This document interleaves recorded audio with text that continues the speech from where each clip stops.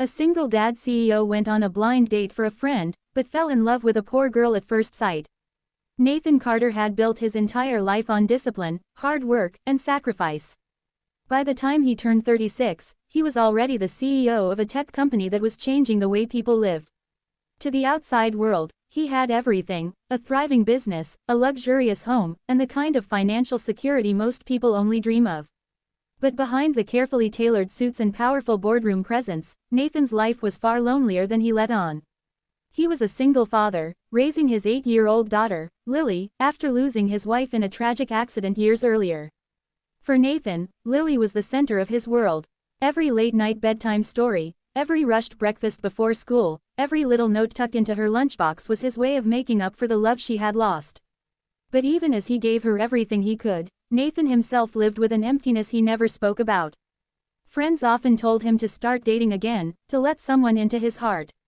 He always smiled politely and brushed it off, convinced that love, at least for him, was a chapter already closed.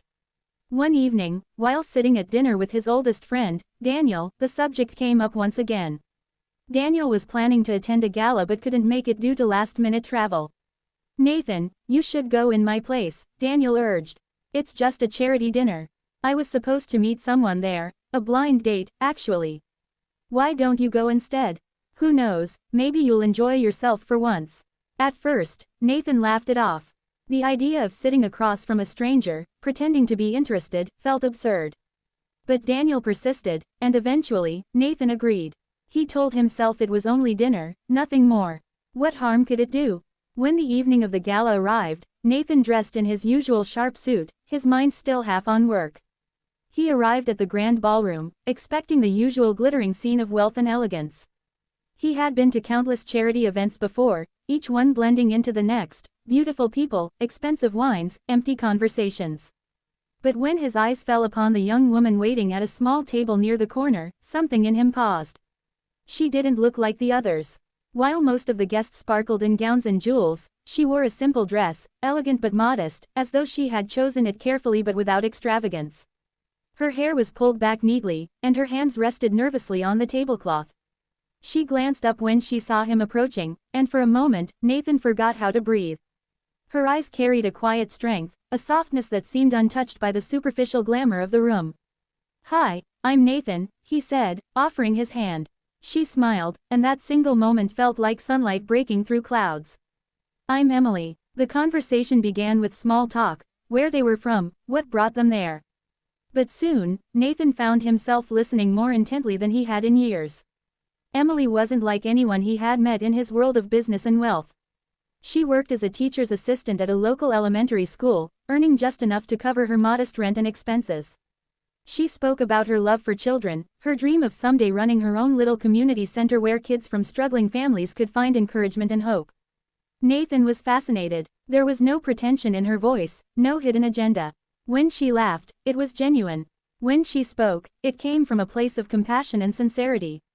And as the evening went on, Nathan realized he was smiling more than he had in months. But as charmed as he was, a part of him couldn't ignore the obvious difference between their worlds. He was a CEO, living in a high-rise apartment overlooking the city. She was a young woman living paycheck to paycheck. Could something real truly exist between two people so different? The night ended with a gentle goodbye, but Nathan couldn't shake the thought of her. Over the following days, he found excuses to reach out. He invited her for coffee, then for a walk in the park. Each time, the connection between them deepened. He discovered that Emily had faced hardships of her own. Her father had passed away when she was young, leaving her mother to raise her and her siblings alone. Money had always been scarce, but love had never been. That upbringing had given her a strength and empathy Nathan deeply admired. Meanwhile, Lily adored her from the moment they met. Emily had a natural warmth with children, and Lily, who had been shy and guarded around most adults, opened up quickly. Nathan watched with amazement as his daughter laughed freely with Emily, her little hand slipping trustingly into hers. For the first time in years, his home felt alive with laughter. Still, Nathan wrestled with doubts. The board members of his company were already whispering about his personal life. They expected their CEO to maintain a certain image, and dating a poor girl, as some crudely put it, didn't fit the picture. Friends warned him not to get too serious, suggesting that Emily might be after his money. But in his heart, Nathan knew otherwise. Emily had never asked for anything, never hinted at his wealth, never treated him as anything other than a man, a father, and a friend. One evening, after a long day, Nathan sat on the balcony of his apartment, looking out at the city lights. Emily had joined him for dinner, and now she was sitting quietly beside him, sipping tea. He turned to her, words he had kept buried rising to the surface. "Emily, I don't know where this is going. All I know is that when I'm with you, I feel something I thought I'd lost forever. You make me believe in love again." Her eyes softened, and she reached for his hand. "Nathan, I don't care about the world you come from. I care about the man sitting in front of me, the father who loves his daughter more than anything, the man who listens, who laughs, who sees people for who they are. That's the man I'm falling for."